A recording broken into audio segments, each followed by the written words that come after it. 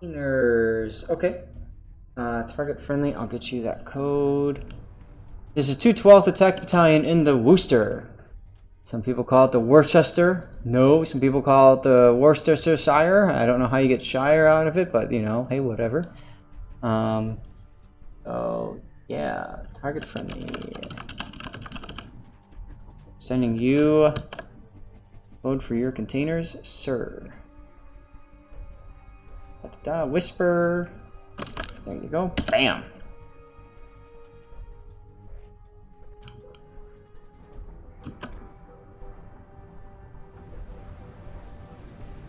The Worcester is a very fun ship.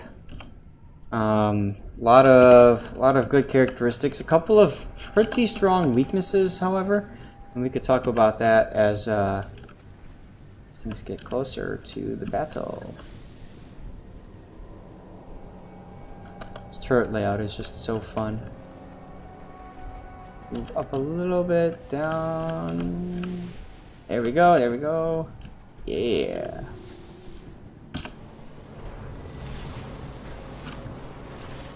I mean, look at these little pew pew turrets. Aren't they so cute? Yeah, they're very cute. Alright, flags. I think this is the permanent camo. We've got our bonus to... Oh, you got the Sharks flag. And the Corgi flag. Alright, I need to redo that screenshot then, because I always like to feature the Corgi and Shark flag whenever possible. They're pretty cool flags. Oh, and you've got Halsey on here, which is hilarious as well. Okay, so we've got repair party booster, we've got fire chance booster, credit boost, Papa for free XP. We've got anti-debt, which is fine. Fire chance, which is good. Credit reduction, good, and commander XP. So you know, all flags that you would generally want on the ship. Consumable reload one, November Foxtrot, is useful. The anti-air one can be useful, of course, if they're at carriers. All right.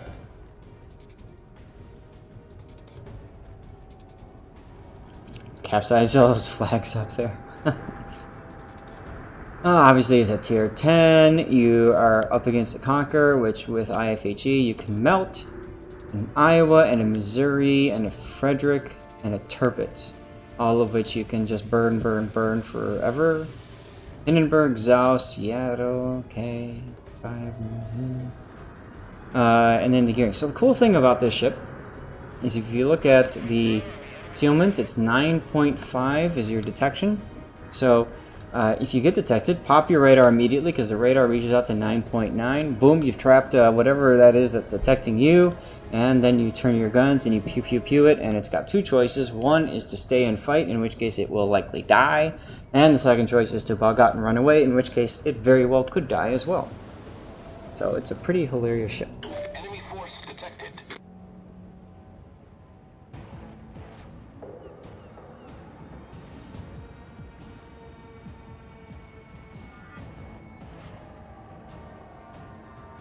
No, I don't mind at all.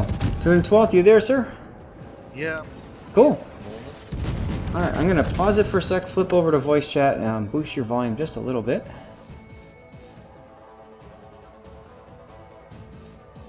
As soon as I can find the right server, because there's so many freaking servers in here. I'm down in NA with you. Yeah, okay, I got you on max, so if there's any way you can increase your volume on your end just a tad, it would help. Is that better? Yes. Now, I want to comment something known as CT is mentioning that there are destroyers at B and A, and generally, yes, you want to work with your destroyers. However, this ship is one of those few ships, because of the ability with the radar and the spotting, this ship is one of those few ships that can go off on its own and act as like a discount destroyer, so to speak. And so with him going to CCAP, yes, it's risky. There's a Missouri down there. We don't know what else is going to be down there. But the important thing is we know, especially now that we've seen a gearing on the map, we know one destroyer is there. Who else is in here? This is a Harikaze, which is part of B Division. And B division includes the Seattle, so the Harakaze is most likely at B as well, which leaves C wide open for you. Yeah, you'll see that I'll hesitate a bit because I'm doing a bunch of mental counting, trying to work out if everything's accounted for before I'll advance into the cab.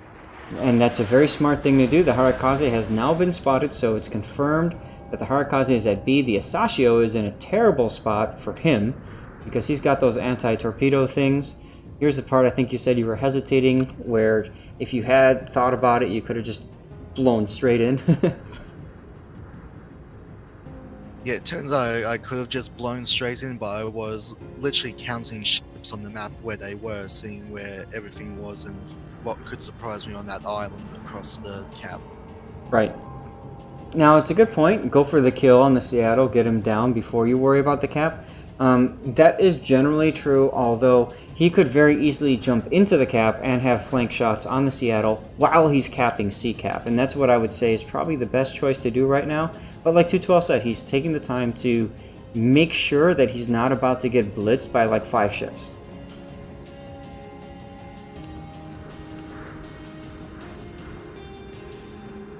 Plus, I mean, let's face it, everybody's shooting at the Seattle anyway, you know? It's just a matter of time before he goes down. So 212, do you enjoy the ship? Yeah, I've been having a lot of fun with it. Especially when you get Confederate with Halsey, 3-second reload with 12 152s, all of the Duckers belong to me. That's correct, sir. I've only managed to pull that off like I think once. And it was glorious when it happened. Yeah, I pull it off a few times, but I seem to be in positions where I'm nearly dead or the match is nearly over when I manage to get that Confederate up. Yep. That's the hard part. I mean, it's kind of like with Yamamoto and the Kraken, right? It's like by the time you get it, it doesn't matter anymore. Although there are those rare occasions when it does help.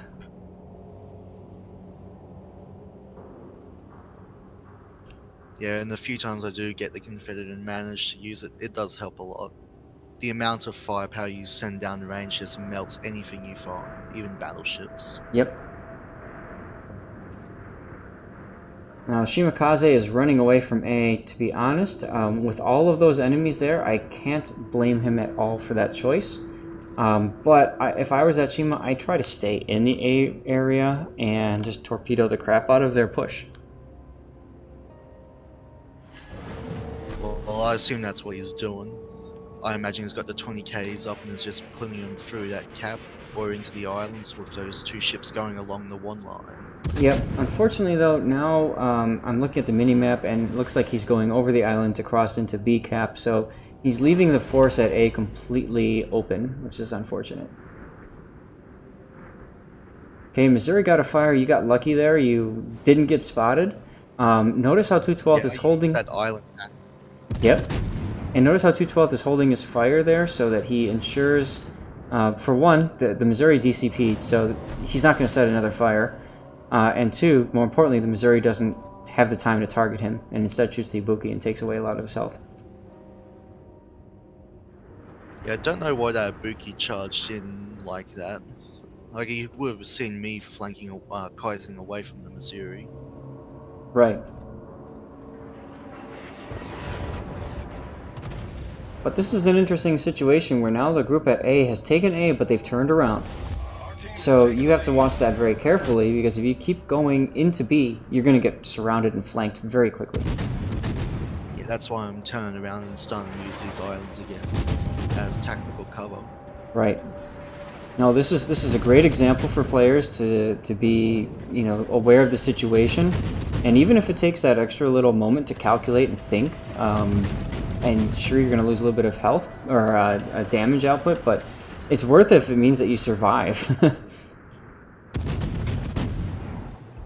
Yep, as Red Seabear said before, dead ships don't win matches. Nope.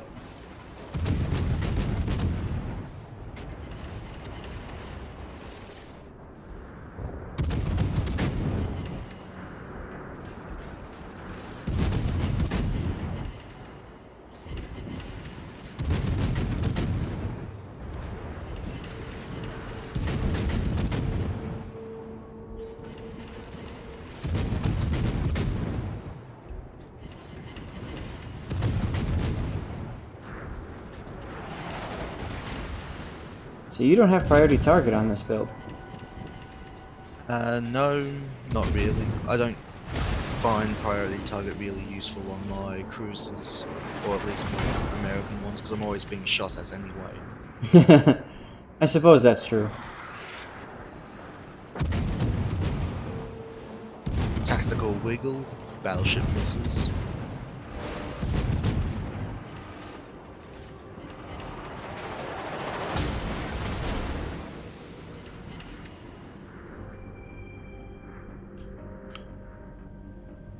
Now you switch to AP now. Oh no, you're going back to HE. Ah, I sometimes have the habit of tabbing my 2 key instead of my W key. gotcha. And you've got expert loader on this, Captain. Yep. You Being can able tell. to switch from the HE is very useful in American cruisers, especially Des Moines. Mm-hmm.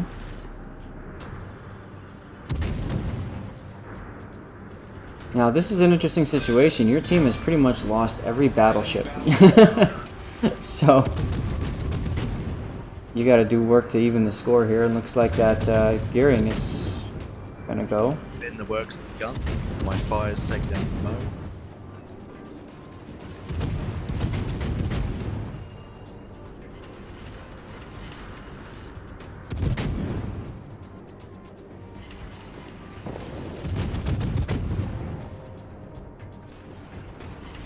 And down goes the Asashio. The Asashio really should have been over at ACAP because those 20-kilometer deep water torps would have been beautiful for those battleships. Yeah, it would have been. I don't know why he stuck around to try to hold B, but oh well. Yeah, especially with that gearing coming into the cap. Yeah, if anything, I think the Shima and Asashio should have swapped sides, but oh well.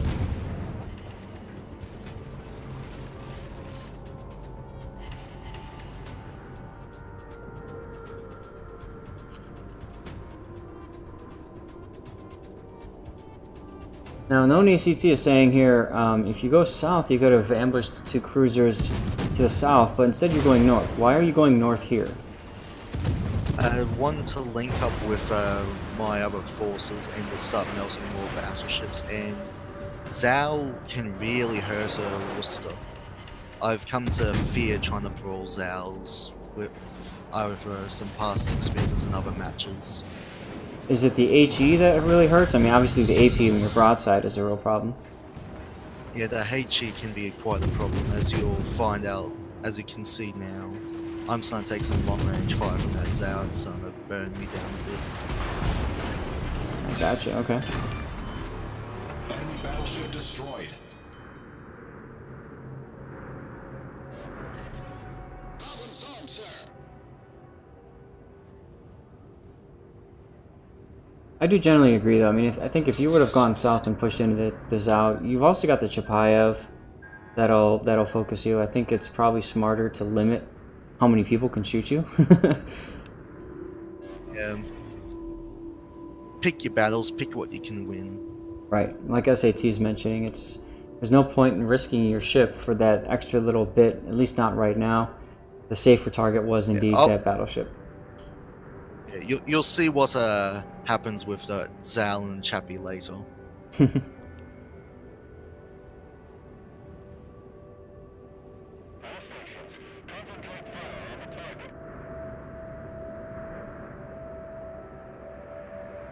Montana's in a good position to blap the Chapayev right now.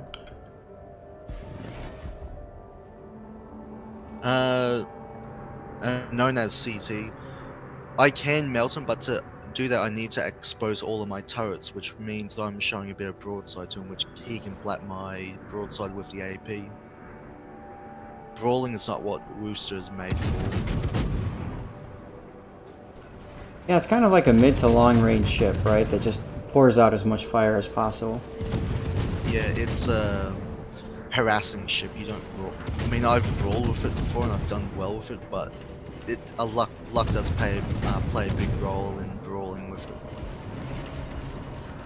Yeah, it's got, when you switch to AP, it actually does do some pretty good damage to cruisers that are sitting broadside to you, which you can get in brawls, but it's kind of like a really risky proposition, especially with cruisers that have torpedoes like the Rune or the Zath. Yep. Now this is a bit of a funny moment here. This poor Rune. We've destroyed an enemy cruiser.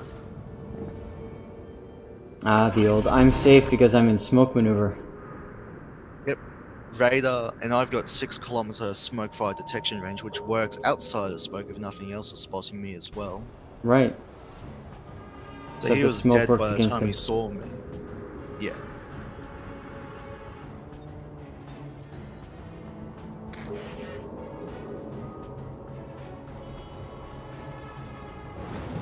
Well, I was honestly hoping to find that gearing in the smoke, but he's used a speed boost to head back towards A and that Rune and Shima. And that kind of makes sense, although that Rune is going to make it much more difficult for him to kill that Shima. Yeah. Yeah, that gearing spends most of the rest of this match just slinging long-range torpedoes at people. Well, I mean, there's not much else he can do, unfortunately. Though if I'm the gearing, I'm probably torping into B. I don't know that I would be torping into A, which is why you've got your Hydra going. Yeah.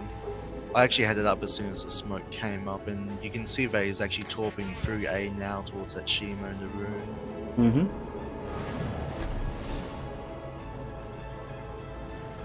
You're welcome, Target. No problem, man. Thanks for hanging in. And obviously, if you want to get some of your replays on here, send them to me, and we'll look at your gameplay.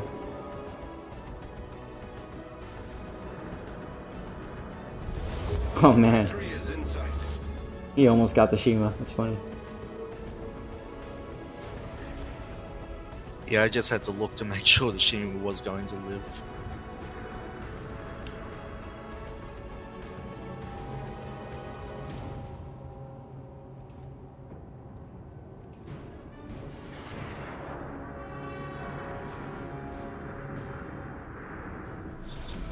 Now it's time to deal with those 2 runaway cruisers. Now I've actually got some support with me now. Yep. Although you are within 12 kilometers of the Zao, so if he panic-fired torps, you could run into those. Yeah, but he hasn't seen me yet, so any panic-fired torps are heading towards that Hindenburg. Mm-hmm.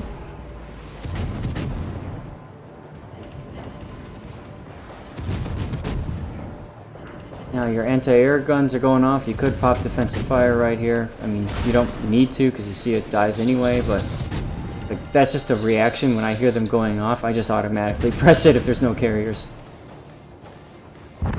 Yeah, but I like to try and...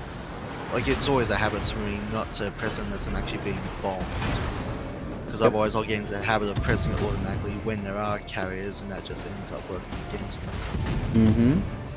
So, like you said, the Hindenburg fire torps right at, or the Zao fire torps at the Hindenburg, which is what you thought, and oh my goodness, you just took some damage.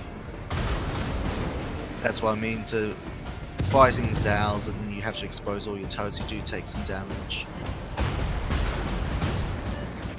But now I'm safe from the Zao and he's on fire. Hey, there's your Confederate.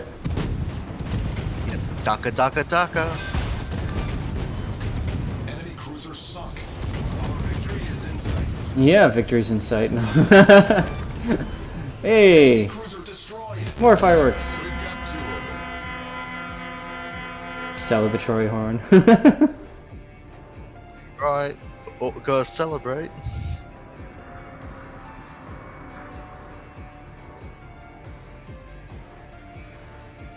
You'll notice as well that his because of the double strike, his concealment is now 8.6 instead of 9.5. So now he's become sneakier.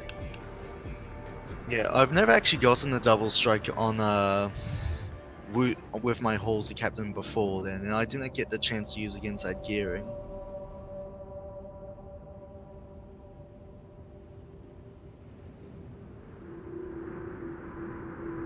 But I've always wanted to try and imagine the fate of a destroyed captain that sees Worcester at 8.6 kilometers popping radar. Yeah. Because, I mean, at that point, you're in the full kill zone. There's nothing you can do. Not even a Kabaros can survive at that range against a against a Worcester.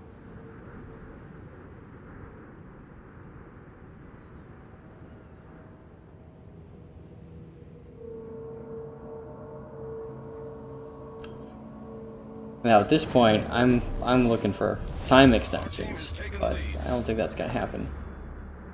Nah.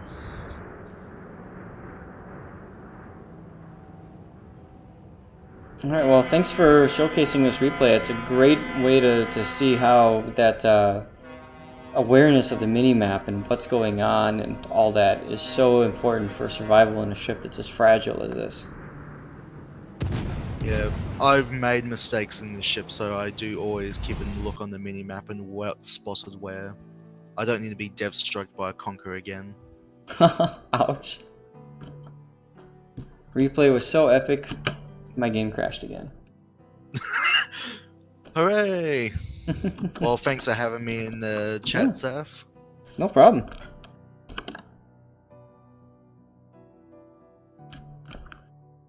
Alright guys, any comments you want to make them. Last chance to jump in and get into your get into the raffle while I set this up. Worcester is done. Ducky Shot sent me a replay, so we're going to do that one next. Ducky, you're welcome to jump into chat. I'm going to put on mute for 1 second and check in and make sure that it is okay to go a little bit long today. 1 second.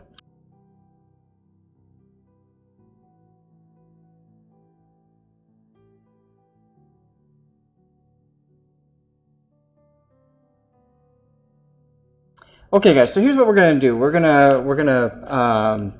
ahead and play it. I got permission to continue on. So I'm gonna download Ducky Shot's replay right now, and then I'm gonna download Okoda's replay. These are 2 clan battles, and we're gonna do something that we've done before with during Season of Ranked, and that is a clan battle chat. So anybody and everybody is welcome to come and hang out. We're going to watch these 2 replays, but it's not going to be so much commenting on play as much as just talking about how the season's been going and stuff as a way to kind of check in with everybody. So if you want to join in, you're welcome to do so. I'm on the the Warships Community Discord. I'll put an invite code out to there, and we're going to go through